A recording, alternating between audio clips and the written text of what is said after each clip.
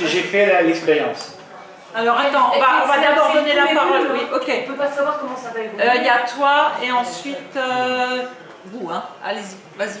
Bon, alors, pour revenir sur... je parle du général.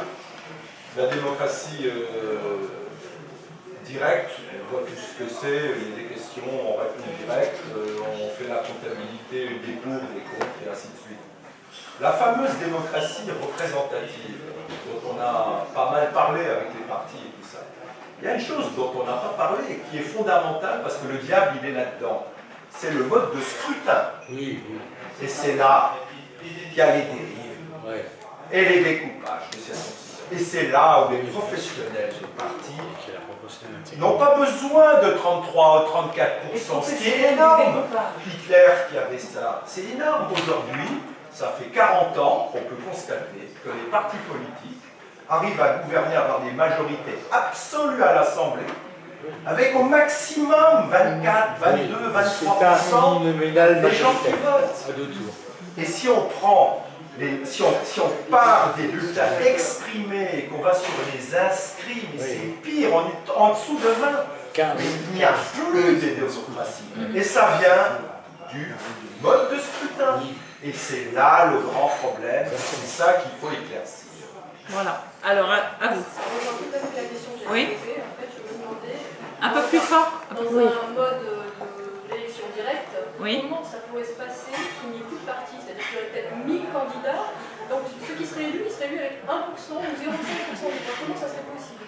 Et comment après gouverner un pays avec celui qui a 0,5 et puis tous les autres? Enfin, qu'est-ce qu'elle a envisagé en fait comme solution? Pour répondre en partie, c'était pas vraiment ça. En fait, son sujet, moi je pense que c'est non pas la vérité, mais sa vérité, à mon avis, c'est ce que moi j'ai compris plutôt. C'est-à-dire que quand on est en intime conviction par rapport à soi-même et qu'on entre dans une organisation qui demande de dévier sa conviction, elle trouve que ça n'est pas, ça ne peut rien produire de bénéfique au niveau du bien commun. C'est ce que j'ai cru comprendre à travers ça. Donc elle proposait, par exemple, qu'il y ait des personnes qui écrivent dans des revues et qu'elles soient libres d'aller d'une revue à l'autre, qu'elles défendent des positions, mais qu'en fait, ce soit la circulation libre des avis qui constitue, c'est un petit peu ça sa proposition, quoi. Mais elle n'a pas été après dans le détail de ce qu'elle dit philosophiquement, c'est ce qui bloque dans la marche, justement ce qui institue un mode de scrutin qui n'est pas correct, ce qui institue un totalitarisme de la pensée. Moi j'ai été une année dans un parti politique en 2007. Et j'ai vécu pour ne rien vous cacher, c'était le Parti Socialiste au moment du choix des candidats de 2007. Il y avait donc 3 candidats, Fabius, Strauss-Kahn et Ségolène Royal. J'ai vécu dans la cellule, la section de 100 personnes du centre de Strasbourg, un exercice antidémocratique absolu. Je n'étais pas du courant de Madame Ségolène Royal. La personne qui représentait mon courant venait de Paris pour exposer, donc à l'époque il n'y avait pas de TGV, elle a fait 4 heures de train pour venir, on lui a laissé 10 minutes de temps de parole sur l'ensemble de la journée.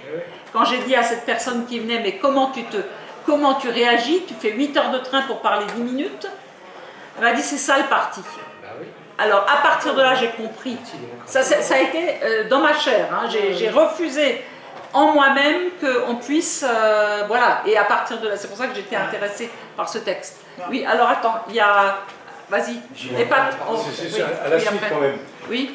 Effectivement, elle ne donne aucune solution pratique, mais la solution, elle est dans son analyse, car non seulement Simone Veil est contradictoire et fallacieuse, mais elle est aussi dans sa solution naïve.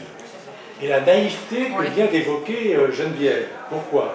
Parce qu'elle est complètement dans l'illusion que la démocratie directe, comme disait Jean-François, est la panacée et le salut. Et pourquoi? C'est parce que si elle ne dit pas comment vont se faire les élections, mais c'est parce qu'elle reste dans la vision unanimiste. Car il ne faut pas oublier, pour elle, la vérité, il n'y a plus besoin de parti pour la dire. Grâce à la fluidité, comme vient de dire Geneviève, d'aller de revues qui conseillent en club, qui t'aident à penser, chacun adhère à une vérité, grand V, extérieure, objective, et il n'y a donc plus besoin de parti. La politique, elle est déjà verticale. Et c'est ça sa solution. Donc elle est non seulement contradictoire, mais fallacieuse et naïve surtout, prodigieusement naïve. Il faut quand même que je te réponde là-dessus. Il s'agit d'un horizon de réflexion et non pas d'une pratique. Bien sûr, mais et c'est quand, oui, mais quand tu dis fallacieux, etc., je pense que ce dont elle part, c'est juste, à mon avis. Donc je ne pense pas du tout. Là, justement, on diverge. Je ne pense pas du tout, je pense exactement le contraire. Voilà. Là, on diverge fondamentalement. Pardon, alors, on va refaire le tour. Pardon. On prend pas en compte le fonctionnement réel d'une société, ça jamais. Alors, à Jean-Brice, toi et à vous. Oui, je pense qu'effectivement, je crois que d'abord l'humain est un animal grégaire, et donc il a tendance à se regrouper et à utiliser ce regroupement pour agir, et je crois que ça c'est inhérent à l'humanité. On ne peut pas le contourner, et que d'autre part, on ne peut pas avoir que des sages et que rien. Je crois que malheureusement, il y a toujours des gens qui sont intéressés par le pouvoir, des gens qui sont intéressés par la puissance, par l'argent, et malheureusement c'est difficile de faire autrement. Et par ailleurs, effectivement, la démocratie directe, quand on voit ce que c'est la démocratie directe en Suisse, et qu'on fait des référendums, des votations à tour de bras, finalement, c'est vrai. C'est jamais que de favoriser la doxa, l'opinion commune. Si on demandait actuellement par référendum si vous êtes favorable au rétablissement de la peine de mort, oui, je pense qu'on obtiendrait une majorité, fermer complètement les frontières et empêcher l'immigration, on obtiendrait aussi une majorité. Et là, finalement, on retrouve ce que disait Simone Veil en étant effectivement contradictoire, c'est que ce sont les émotions qui prennent le dessus. Donc il me semble que c'est pas aussi simple que ça, que ce n'est pas forcément par la démocratie directe, et qu'il faut effectivement essayer de trouver un système qui aboutit justement à un équilibre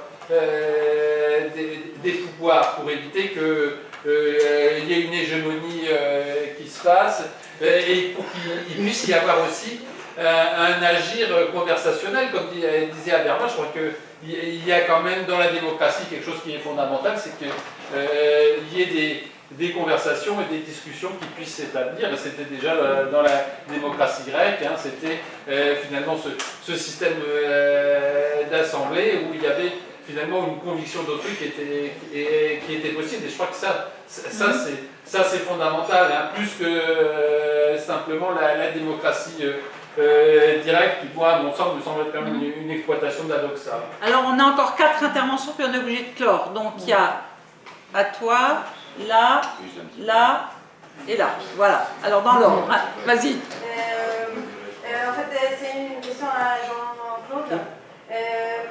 Trouvez pas que, en fait, quand il y a une situation problématique, par exemple, remontée des Front National, vous trouvez pas que si c'est par rapport à les attentats, en fait, par rapport à l'islamisation, en fait, que le Front National a presque pris le pouvoir, s'il avait encore un attentat, en fait, c'est... Voilà, ce que je veux dire, en fait, les partis politiques, ils ne vont pas être supprimés, puisque dans une population, dans un pays, dans une nation, il a des problèmes sociaux et économiques. Plus qu'il a des problèmes sociaux et économiques, plus les partis politiques ils vont être demandés, ils vont pas être supprimés, en fait. Voilà, le renforcement des partis. Tu veux peut-être intervenir à la fin, plutôt? Oui, je vais voilà. faire à la fin. Alors, il y a... à toi. Oui, pour compléter la naïveté de Simone Veil, je voulais ajouter que sa grande répugnance, mais qui est d'origine philosophique, donc sa répugnance philosophique à ce que j'appellerais le relativisme libéral. Car il faut pas oublier qu'en philosophie, le libéralisme est celui qui dit qu'il n'y a pas de vérité. Il n'y a que des vérités partielles, particulières de chacun. Donc, mais cette répugnance philosophique, à cause de son absolutisme, envers le relativisme libéral, en fait est grosse de bonapartisme populiste, dictatorial. Et c'est encore, cela illustre ça, son aspect contradictoire. Bon, oui. Est-ce que c'est pas lié à son âge? 34 ans, 30 ans, oui, 30 ans. Ok. Alors à Pierre. Et à... vous aviez demandé encore? Oui. Alors Pierre et vous. Bon, moi, je vais revenir sur le relativisme. Je prends un exemple. On a parlé des lois électorales. Je suis tout à fait d'accord qu'actuellement, les lois électorales ne sont plus du tout adaptées. Mais moi, en 58, j'étais gaulliste et j'ai approuvé cette loi à l'époque parce que la 4e, c'était le bordel. Donc tout change, il ne faut pas s'entêter. Hein. La preuve, moi j'avoue que maintenant j'ai changé d'opinion parce que le contexte est tout à fait différent. L'état permanent, disait Mitterrand. Ben, voilà. Et par ailleurs, je reviens toujours aussi en rigolant, sur 2 personnes célèbres en Alsace, c'est Bismarck qui a fait la sécurité sociale 62 ans avant les Françaises, hein. Et puis même les Turcs ont donné le droit de vote aux femmes 22 ans avant les Français. Donc il faut relativiser les choses. Alors, à vous, allez-y. Oui, allez-y. Quelque chose que je ne comprends pas, Oui. qui me semble assez bizarre, c'est l'exemple que tu donnais tout à l'heure de la seule chose positive qu'elle trouve, c'est le cahier de doléances. Et en même temps, elle met 3 niveaux dans les partis, un niveau l'effet, il faut absolument rejeter l'effet. Alors, et ensuite, il y a la passion et au-dessus la transcendance. Elle est partie dans les valeurs, le bien, mais les faits sont quelque chose de négatif si on s'assoit chauffé. Et pour moi, le cahier de doléances, c'est uniquement. Bon, alors, tu termines. J'ai pas vu ça. Et après, nous choisirons le sujet pour la prochaine fois, qui sera le 22 juin. Le jeudi 22 juin. Alors, à toi pour clore. Alors, oui. Alors d'abord, sur la démocratie directe à Strasbourg. Effectivement, j'ai rencontré Mme Cutajar quand elle lançait la campagne Place Kléber. Je lui ai tout de suite dit que je ne participerais pas à ça. Et je lui ai dit, mais moi j'ai déjà fait l'expérience, c'est la 3e version du conseil de quartier et de la soi-disant démocratie à la base. Bon, alors, j'en ai fait la critique. Attends.